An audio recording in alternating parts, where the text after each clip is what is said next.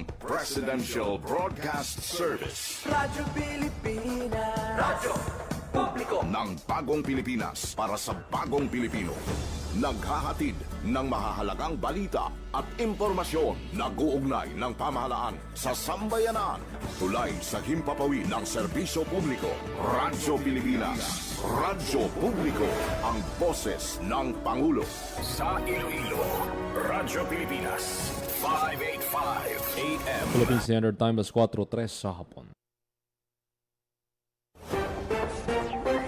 Gikan sa hulot balitaan sa PBS, Radyo Pilipinas, Iloilo. Gintipon sang bugos nga puwersa sa News and Public Affairs Division. Mga pagsaysay sa mga hitabo o aksyon, mga pananawan, kag desisyon, mga hibubunon sang napiktuhan nga sektor, mga dalagko nga balita diri sa Iloilo, kag iban nga bahin sang Kabisayan nagkatungdan. Mga balita nga natipon sa sulod sang nagligad nga 24 oras. Inyo mapatian sa Headliners Was. Kagkaroon, yari ang inyo PBS News Team.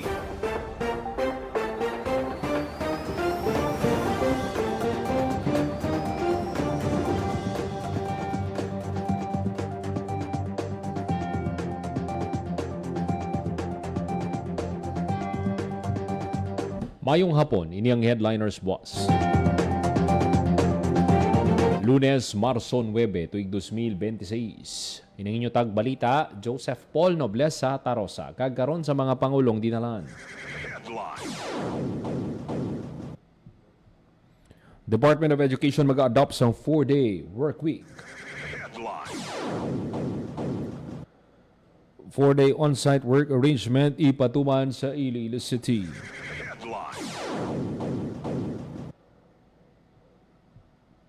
Iloilo o kung magapatuman sa bago nga worker class requirements ang ISATU sugod subong Marso 9. Kagaron sa detalye na sang aton mga balita. Radyo Pilipinas. Radyo Pilipinas News. Mag-adapt man ang Department of Education sa 4-day work week. Siging pagwa nga memorandum ni Department of Education Secretary Sonny Angara, mag-adapt ang teaching-related kag non-teaching personnel sa DepEd ang flexible working arrangement ng opisina humalin Lunes tubtob Huwebes lang kag ang Biyernes ang gindesignate bilang work from home days. Yung klaro ni Regional Information Officer Nani Sulyar nga mga manunudlo naman ang magasunod sa ilang existing schedules magluwas diri manduan man ang opisina sa DepEd nga magpatuman sang energy saving measures. Radyo Pilipinas. Radyo Pilipinas News. Samtang sa iban pa naton nga balita, Radyo Pilipinas. Radyo Pilipinas News. Radyo Pilipinas. Radyo Pilipinas News. magapatuman sa 4-day on-site work arrangement kag flexible working arrangement ang Iloilo City Government sa tunga sang nagalala nga tensyon sa Middle East. Gimpirmahan ni Iloilo City Mayor Isa Treñas ang Executive Order No. 30 sang Lunes nga nagatukod sang Energy Conservation Protocol sang Iloilo City Government kang nag-adapt sang 4-day on-site work arrangement para sa city government employees bilang pagsunod sa Memorandum Circular 114 nga gin-issue sang Office of the President. Radyo Pilipinas. Radyo Pilipinas News. Sa ibang panaton nga balita, ginaprubahan ni Governor Eugenio C. Lacson ang pagpatuman sa 4-day work week sa tanan nga empleyado sa Kapitolyo sugod Marso 16. Ang mga opisina sa gobyerno probinsyal mangin bukas halin las 8 sang aga tubtob las 7 sang gabi sugod Martes tubtob Biyernes. Ang pagbag-o temporaryo nga ipatuman sa Kapitolyo kasunod sa nangin panawagon ni Presidente Ferdinand Marcos Jr. nga magtipid sa gatong kag kuryente bangot sa tensyon sa Middle East. Ginatag naman sa lokal nga pangluhan nga mga empleyado sa mga provincial-run hospitals, DRRMO, Security and Safety Division, kag iban pang opisina nga nagadulong sang essential services sa mag-adapt sang 10-hour workday. Ipatuman sa sining mga opisina ang rotation schedule para mapabilin ang 24/7 operations kamatagan sa 3 ka adlaw nga pahuway ang mga empleyado. Radyo Pilipinas. Radyo Pilipinas News. Magapatuman sang 4-day duty ang Roas City Government umpisa Marso 9 bilang kabahin sang energy conservation efforts sandig sa Memorandum Circular 114 sang Office of the President. Sa advisory nga ginpagwa ni Mayor Ronnie Dadivas halin Lunes tubtob Huwebes na lang ang trabaho sa City Hall Halin las 8 sa aga tubtob las 7 sang gabi samtang non-working day naman. Ang Biyernes samtang nagpasalig naman ang syudad nga magaparay ng operasyon sang essential services. Magapatuman ang lokal nga panguluhan sa Barotac Nuevos ang 4-day compressed work week arrangement umpisa Marso 9.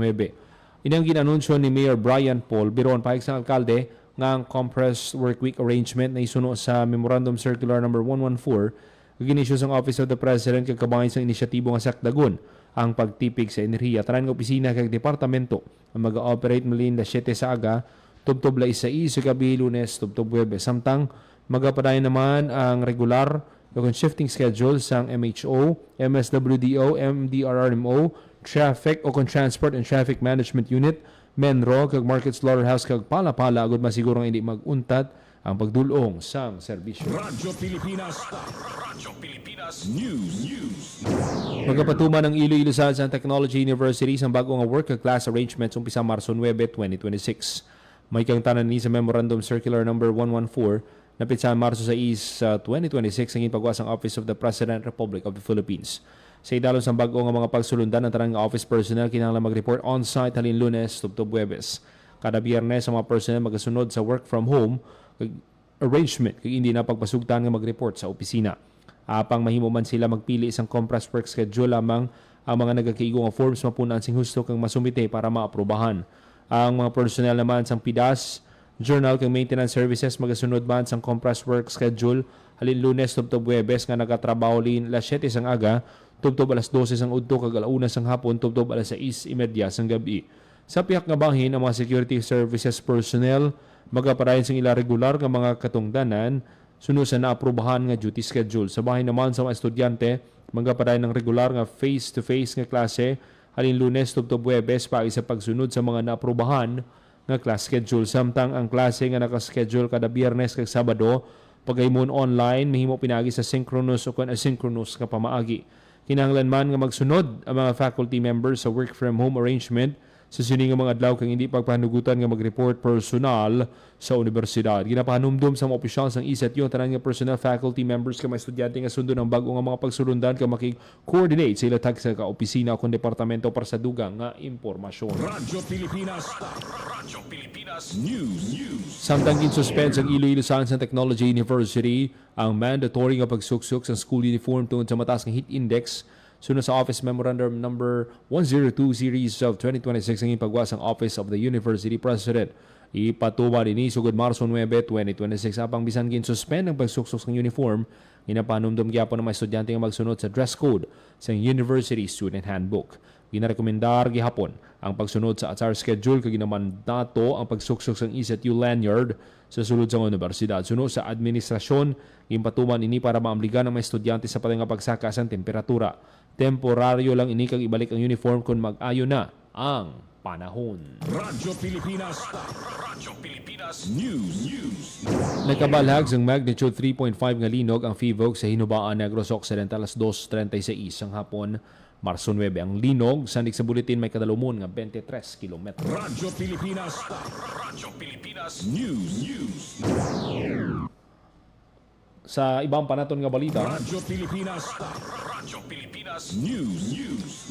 WVTC panawagan ng gilayong nga pagpanaog sa provisional fare increase ang LTFRB kasunod sa pagtimbog sang presyo sang krudo. Detalye sa balita, Janelle Baclay. Radyo Pilipinas Report.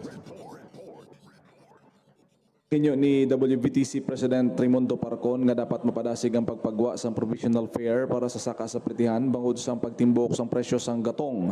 Sa interview sa Radyo Pilipinas, Iloilo kay Parcon ginhambal niya nga wala nila mahandaan ang gulpi nga pagsaka sang diesel nga amo naman ang gatong sang ila traditional kag modernized jeepneys. Ila ginapangabay nga himuon na lang kung tani nga 15 pesos tubtob 17 pesos ang plitihan sa traditional jeep kag 20 pesos naman sa modernized unit apang mahimo mangin malawig pa ang proseso kung sila ang mag-file sang fare petition. Sa karon nagalaw ang transport co-op nga makapagwa gilayon sa provisional fare ang LTFRB agud hindi matamaan sang gasto ang kooperatiba sa gatong amuman sa fuel subsidy.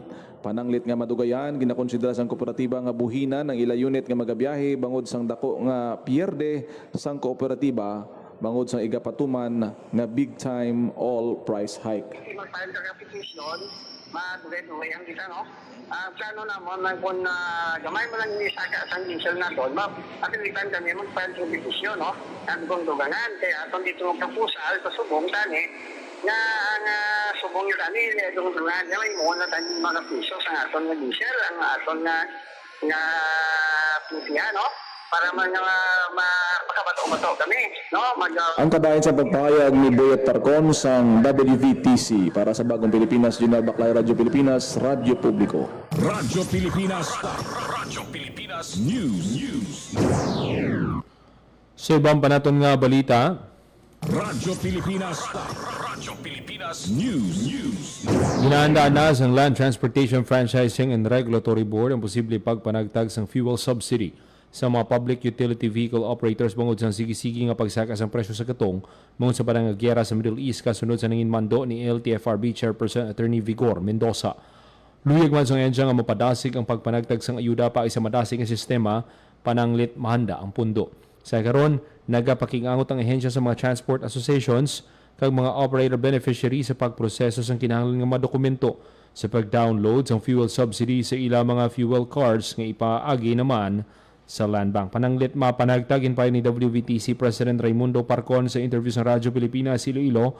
Dako gid ang mabulig sini sa mga driver kag kooperatiba labi pa kay wala sang kasiguruhan kung saan maganubo ang presyo sang krudo sa world market bungod sa nagapaday nga giyera sa Middle East. Kapin sa 2.5 bilyones pesos ang ginpain sa gobyerno para sa fuel subsidy sa nga public transportation sector nga natala na ipanagtag sa mga benepisyaryo. Radyo Pilipinas. Radyo Pilipinas News. 2,000 PUVs ginalauman makabenepisyo sa fuel subsidy program sa city government. Detalye sa balita Emero Santiago. Radyo Pilipinas. Radyo Pilipinas. Report. Yara sa 2,000 karehistrado nga mga driver sang public utility vehicles o kon PUVs ang ginalauman nga makabenepisyo sa fuel subsidy program sang Iloilo City Government. Suno kay Joy Fantelaga Garzal, spokesperson sang Office of the City Mayor, ginaproseso na ang mga dokumento para sa patigayunon nga bidding para sa fuel subsidy program sang syudad. Ang programa ipatuman paagi sa Atipan Center sang Iloilo City Government. Sakop sang fuel subsidy program ang mga jeepney, modern jeepney, taxi, lakip man ang mga tricycle nga nagabiyahe sa city routes. Sa idalom sang programa, ang mga benepisyaryo makabaton sang 1,500 pesos nga balor sang petroleum products kada bulan. Ang mga tricycle driver naman nga may prangkisa ginatanaw man nga hatagan sang 500 pesos nga subsidy. Ipaagi ang fuel subsidy sa fuel subsidy coupon sa kon FSC nga ipanagtag sa tagsa ka kooperatiba. Ginpayag ni Iloilo City Mayor Raisa Treñas nga may inisyal na nga ginpain nga 3 million pesos ang Iloilo City Government para sa fuel subsidy program. Agod maka-avail sa nasambit nga programa, dapat ang mga benepisyaryo nagabiyahe sa ruta sang Iloilo City kag ang driver o kon operator isa ka lehitimong nga residente sang syudad. Para sa Bagong Pilipinas, Emerald Santiagudo, Radyo Pilipinas, Radyo Publiko. Radyo Pilipinas. Radyo Pilipinas News.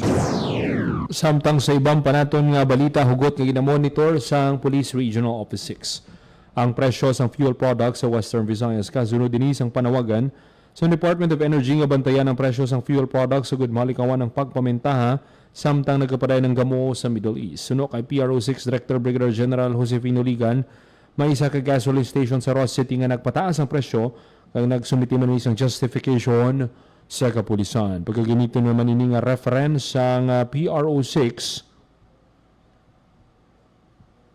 sa oras nga magpagwa sang pagsulundan ang Department of Energy tuoy sa pagpasaka sang presyo sang fuel products. Agad matumod kung may salabton o kon pinalidad ang gasoline station. Radyo Pilipinas. Radyo Pilipinas News. Ginkilala sa Department of Social Welfare and Development Field Office 6 ang Aklan Quick Response Teams matapos ang ASEAN Senior Level Committee on Financial Integration Task Force on Sustainable Finance meeting nga giniwat sa Boracay, Aklan. Ginpanagtag ni Assistant Regional Director for Operations Catherine Joy M. Lampreya ang Certificate of Recognition bilang pasalamat sa dedikado nga serbisyo sa mga QRT nga nag-operate sa red alert status ginpwesto sa billeting hotels na meeting venue para maghatag dayon sang bulig sa mga delegates kung kinahanglanon. May giniwat man nga debriefing session para hibaluon ang mga aktibidad nga ginhimo sa mga katapos ng QRT nga nag-operate sa idalom sang red alert status kag estratehiko nga nakaistasyon kag assign sa mga hotel kag official meeting venue para masigurong gilayon nga bulig sa mga delegado kung kinahanglanon. Ang mga staff sa Disaster Response Management Division nga nakaistasyon sa Regional Emergency Operations Center kung mag-monitor ka maghatag sang operational support ang ginpadunggan man sa ila importante nga papel. Ginpasalamatan man ang Disaster Response Management Division staff nga nagmonitor sa Regional Emergency Operations Center kag ang mga billeting hotels nga naghatag sa suporta nga nagbulig sa maayong nga pagpatigan sa nasambit nga meeting. Radyo Pilipinas. Radyo Pilipinas News. Naghatag sa seguridad ang Police Regional Office 6 sa UIC Kapitan sa Barangay Ginutaan, San Joaquin matapos makabaton sang pamahog may kantanan sa kamatay ni punong barangay Richard Sapalo. Suno kay Ligan o kung Police Regional Office 6 Director Ligan maghiwat sang threat assessment agad mahatag ang nagakaigo nga seguridad sa kapitan. Sa paghatag sa seguridad, mapasiguro nga mag-attend sa hearing ang kapitan kag hindi na masulit ang pagpamahog sa iya. Naibaluan, nagaserbi nga testigo ang kapitan sa pagkamatay ni Sapalo kag sang damlag lang ginpahog siya sang duha ka lalaki nga hindi na magpahilabot sa pagkamatay sang biktima. Radyo Pilipinas. Radyo Pilipinas News. Opisyal nga ginlunsar sang Iloilo Provincial Government ang ilang public-private partnership kaupod ng Healthway Qualimid Hospital Iloilo. Tuloy nga ma-deliver ang mataas nga standards ng renal care nga mapalapit sa komunidad. Ginpangunahan ni Governor Arthur Defensor Jr. ang paglunsar sang Iloilo Province Dialysis Project sa Marso 7, 2026 sa Iloilo Provincial Hospital sa Putotan. In-highlight ni Defensor ang kolaborasyon nga nagasuporta sa gobyerno provinsyal sa pagduso sa pag-uswag sa 13 ka province-run hospitals. Pagluwas sa renal care, yun pa ang bitmaan niya ang iya pananawan para sa mas maayong healthcare sa probinsya.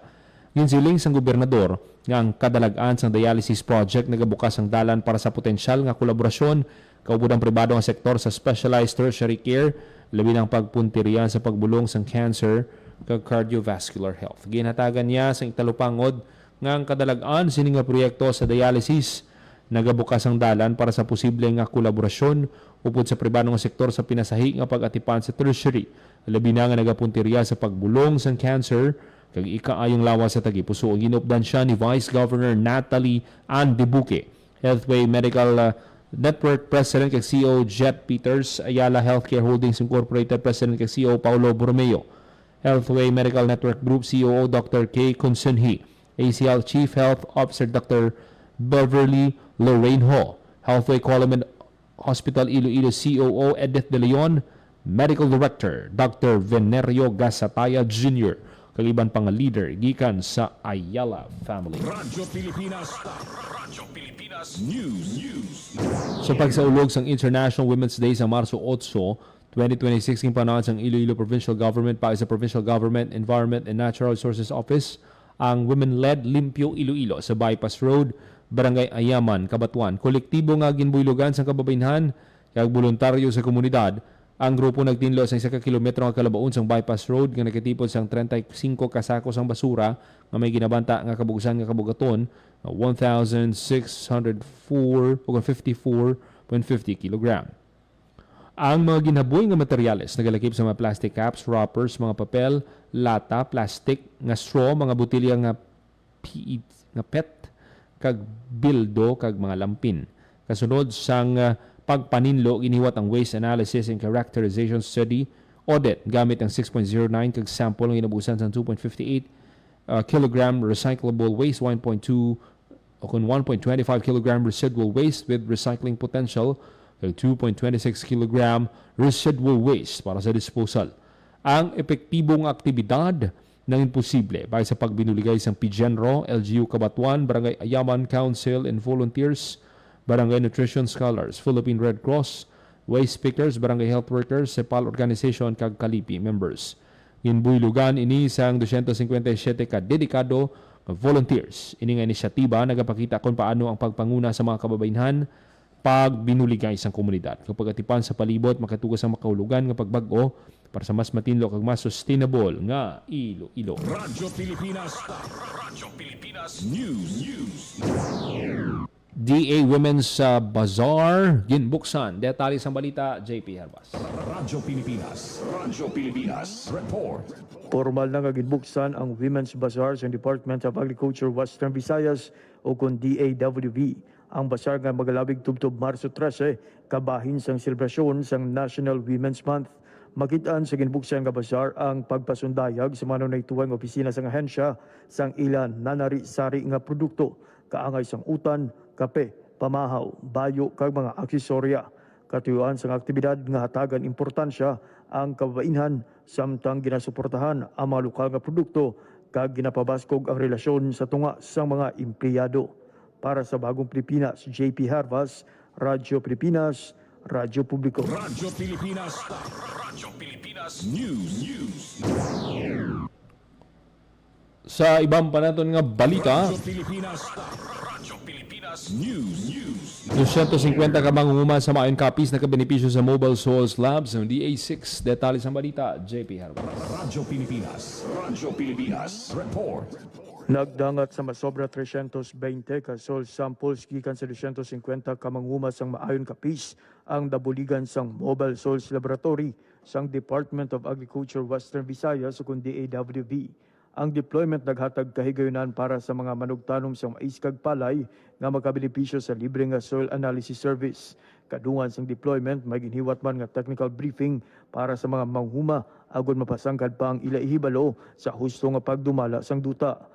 Ginpatpat sa briefing ang mga pamaagi agon mapanami ang kondisyon sang duta nga ila ginatalauma sa handom nga mapataas pang produksyon sang ila pananom. Para sa Bagong Pilipinas, JP Harvas, Radyo Pilipinas, Radyo Publiko. Radyo Pilipinas News.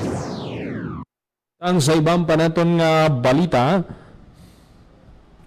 pagpasangkad sa road safety ang mayor nga katuyuan sa Memorandum of Understanding sa tunga sa Police Regional Office 6 kay Land Transportation Office Region 6. Sunod kay PRO6 Director Brigadier General Josefino Ligan, base sa datos kay monitoring mas madamo ang nagkakapatay sa mga aksidente sa dalanon kung ikumpara sa shooting kag stabbing incident. Sa MOU, mapabaskog pa ang koordinasyon sa tunga sa duha ka ahensya, labi na sa traffic law enforcement, pati ng timely investigation kag resolution sang mga kaso. Kumitido ang Police Regional Office 6 kag LTO6 sa pag-promote sa road safety agad madulong ang kalidad nga serbisyo sa komunidad. Foremost, that MOU is intended for the road safety of our communities. Now, based on record, based on data, there are more incidents, death incidents, when it comes to road accidents compared to any other incidents like shooting or stabbing or what. Mas maraming namamatay dyan sa road accidents na yan. That is why pinapapalakas natin ang road safety through that MOU signing with the LTO. Pinaka-salient points doon is yung strengthening the enforcement, lalo na doon sa ating mga kulurong vehicles. Ang data sharing agreement na wherein yung sa record ng mga traffic accidents readily available. Yun yung pinaka-salient points doon sa Kabahin sa mga pagpahayag ni Police Brigadier General Josefino Ligan. Radyo Pilipinas News. Philippine Standard Time alas 4:26 sa hapon.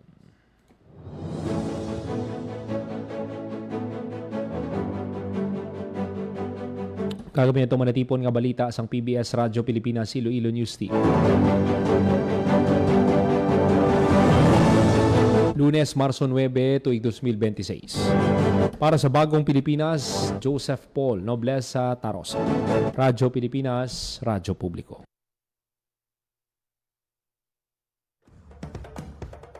Ito ang Presidential Broadcast Service. Radyo Pilipinas. Radyo Publiko. ng bagong Pilipinas para sa bagong Pilipino.